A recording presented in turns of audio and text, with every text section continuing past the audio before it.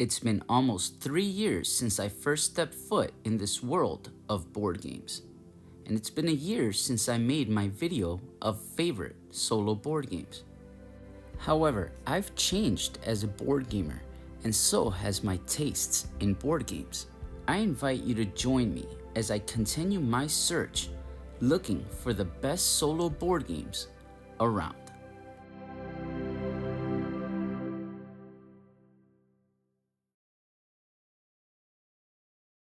Speaking of change, you're going to notice that this list is going to be slightly different than the previous list I made last year. Keep in mind that every single game that you see here are still amazing experiences, and I absolutely highly recommend and encourage you to look out for them and play them for yourself. With that in mind, I hope you enjoy my updated personal top 10 solo board games. Whether you go with Bullet Heart or Bullet Star, you're in for a very entertaining and incredibly colorful game. What makes Bullet such an awesome game is that no matter which mode you choose to play, they're all well thought out and incredibly fun, especially the solo boss mode. I actually upgraded the cardboard tokens into these really nice wooden tokens that really feel great when you're shuffling the bag. Now, the cardboard tokens work well, but it wasn't until I placed them inside of these coin capsules which really elevated the experience. I love how quick the gameplay of Bullet Heart and Star is. It really goes at breakneck speed, and it's absolutely intense and really enjoyable to play through. It's highly addictive too. What I really like about Bullet, however, is the fact that sometimes I don't really have the time, or sometimes I don't even feel like playing a game that lasts 2+ hours to go through. And this game scratches that perfect itch. It's about maybe 15-20 minutes tops. You're in, you're out, but what's really good about that, it's a highly enjoyable experience. And that's why I placed Bullet Heart and Star on my top 10 personal solo board games of all time. Warp's Edge is the board game that I find myself recommending most out of all the board games that I have to people new to solo board gaming. And that's because this bag builder is absolutely phenomenal. The gameplay loop found within this game is spot on. It's very reminiscent to the movie Edge of Tomorrow and its live, die, repeat model, in which you're going to be battling this boss, and at a certain point, you're going to warp, start all over again with all the strong new power-ups you've built in your bag to get another crack at taking down that boss. It's such good gameplay. I love it. And the amount of different bosses that you could battle against, as well as the amount of different ships that you could use to battle those bosses with, adds the perfect amount of challenge to keep this game in my top 10 solo board games of all time.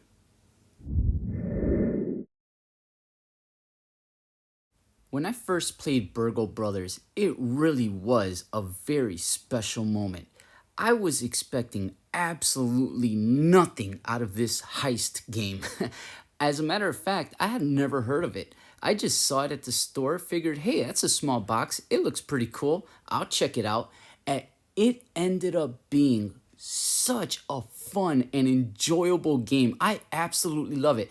Till this day, trying to break into the building, crack the safe, steal the loot, and make my way out of the building is still absolutely exhilarating, and I absolutely love it and recommend it to anyone that loves solo board games. Its sequel, Burgle Bros. 2 The Casino Capers, is more of the same, but this one has a casino theme with it. The cards look like a deck of poker cards, and the tokens look like poker chips, and it's really neat. It's a lot of fun. It changes up some things in the gameplay, like there's only 2 floors instead of 3, and the bouncers actually react differently, and there's new things added to it gameplay wise, like commotions.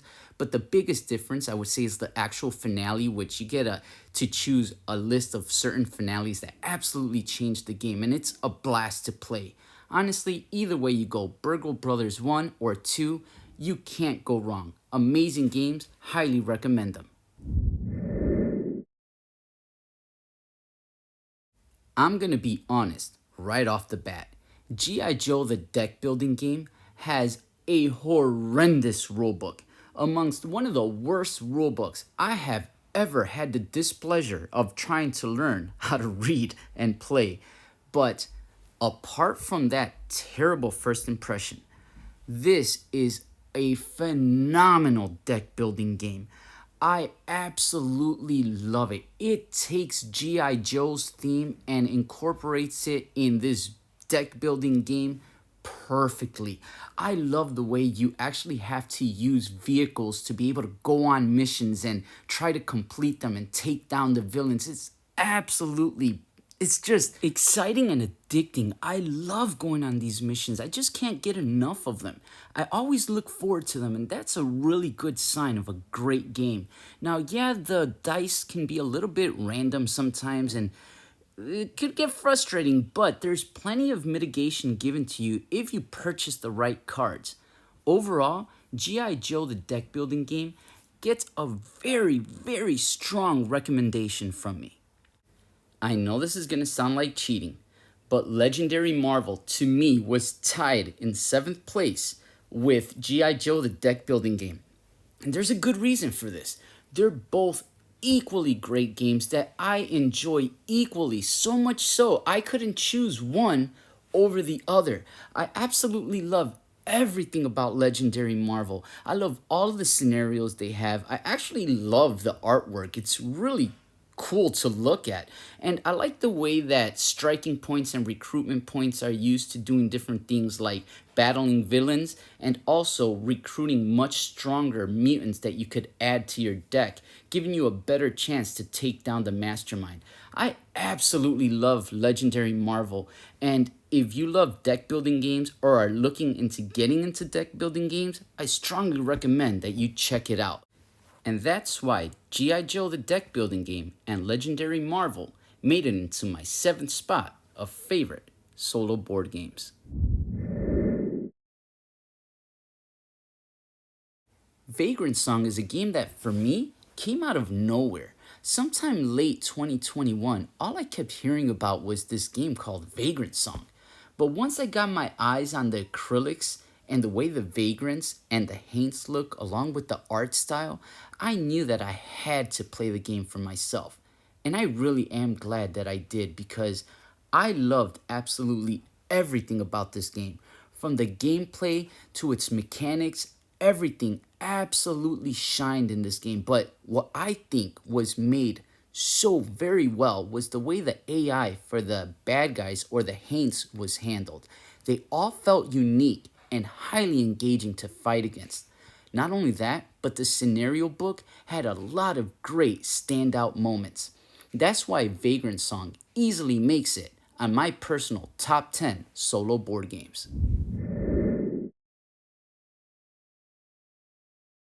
Descent Legends of the Dark, if you didn't know, was the game that actually got me into making this channel in the first place. See, this game was really cool. When I was a kid, I used to love doing things like puzzles and Legos, and this game had like kind of both of them put in one. I love the fact that I actually had to build all of the things that I was going to have to be using throughout my gameplay. That just was such a neat start to the experience. But not only that, the actual game itself looks so awesome when you have it on your table. I mean, everything, just take a look at this. Everything that I built as my heroes kept exploring this dungeon would just start coming to life right before my eyes. And that is an experience that till this day, I haven't been able to re-experience again. This is amazing stuff. Not only that, but the actual miniatures look really great and detailed as well. But all of that would mean nothing if it didn't have the gameplay to back it up. And Descent Legends of the Dark absolutely nails the gameplay department. So addicting, so engaging, I love it. And that app, it has to be the best implementation of an integrated app-based board game I have ever played. That glossary, top notch. It helps remind you how to play the game. Now, Lord of the Rings Journeys in Middle-earth, it comes to a close second when it comes to this game, but ultimately, I still think that Descent Legends of the Dark edges it out. Marvel Champions was the first game that I played which I really started noticing the theme. Like when I was first playing as Spider-Man, I was fighting and going up against the Rhino. The theme was just seeping through every single aspect of the game. And when I first put Iron Man's suit together, that was an amazing experience. And the same holds true for pretty much every hero within this game. Creating the perfect deck to maximize your chances of surviving all the chaos that your heroes will be facing is really part of what makes the game so much fun.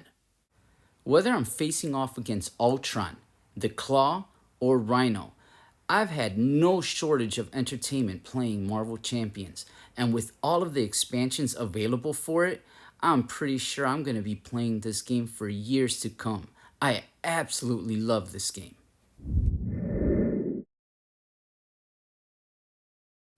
Star Wars Outer Rim was a game that I've had on my shelf for a year before I even played it. However, as soon as Unfinished Business, the expansion released for it, I set it up on my table and was absolutely blown away by the experience, the story, and all around epic feel of this game. Even the AI cards, although they're very simplistic in nature, they are highly effective and really had me sweating bullets every single time I went against them. And the amount of standout moments I have experienced with this game are absolutely numerous. Every single game, something cool and epic would happen that had me just having an ear-to-ear smile. I am so happy that I have this game in my collection. It was like a hidden gem of sorts because it was in my shelf for so long, but I will tell you, Star Wars Outer Rim will be in my favorite top 10 solo board games for years to come. I don't see it going absolutely anywhere, and I highly recommend that you check it out. Chip Theory Games is one of my favorite publishers, and Burncycle was a game that I knew very little about before I actually bought it and played it. I wanted to kind of be in blackout. I didn't want to know anything about it. I wanted to experience it for the first time on my own, by myself. And it was such a great experience. Now, it is complex and it takes a long time to learn. However, once you do learn it, you kind of see that it's really simplistic in nature, and you'll find yourself infiltrating the offices and doing some pretty awesome maneuvers in no time. I absolutely love the look and feel that this game offers, and it is a phenomenal game experience. Burncycle is a top-notch experience. I know this is going to sound like cheating again, but there's no way I can mention top-notch experiences and not include Too Many Bones, another chip theory game that really got me into this hobby hardcore, to be honest with you. The art, the look, the feel, the premium quality of the components.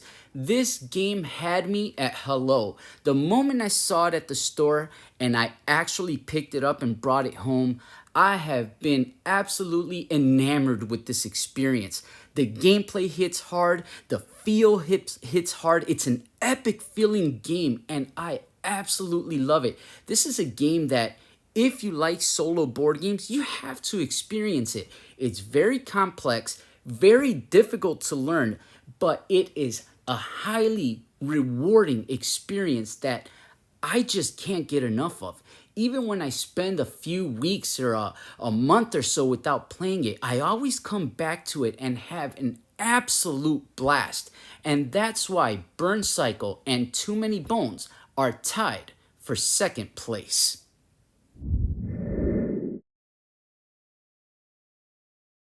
captivating, impactful, phenomenal are all words I could use to describe Etherfields. Etherfields has one of the most beautifully detailed miniatures I have ever seen in board games. They look absolutely beautiful, wonderful, and extravagant. I love them. Unfortunately, the very tall vertical board is extremely uncomfortable to play with when you're playing solo because the game area is so far out of reach. Thankfully, on Etsy, I found this beautiful horizontal playmat that actually put the gameplay area directly in front of me, completely fixing the problem I had with the board and making Etherfields so enjoyable to play. I highly recommend searching for this playmat if you decide to purchase Etherfields. The art of Etherfields is drop dead gorgeous. Every aspect of this game is absolutely a beautiful nightmare. The actual gameplay itself has similarities to Mage Knight when it comes to card play, and the cards are all unique when it comes to art. They look absolutely gorgeous. What I find captivating and intriguing about Etherfields is how the dream world changes right before your eyes during the adventure. It keeps you on your toes and constantly wanting to know what happens next.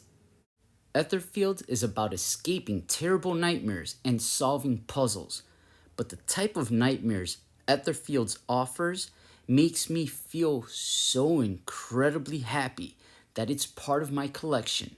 It's a nightmare I don't wish to escape from. I hope you enjoyed my top 10 favorite solo board games, but more importantly, I hope you've enjoyed coming along on my journey in search of the best solo board games around. I know I say it all the time, but I really mean it when I say I had a blast making this video, and I hope you enjoyed watching it as much as I enjoyed making it. Thank you so much for hanging out with me. This was Solo Board Gaming Night, and I hope you and everyone else has a great game night. Take care, Solo Knights.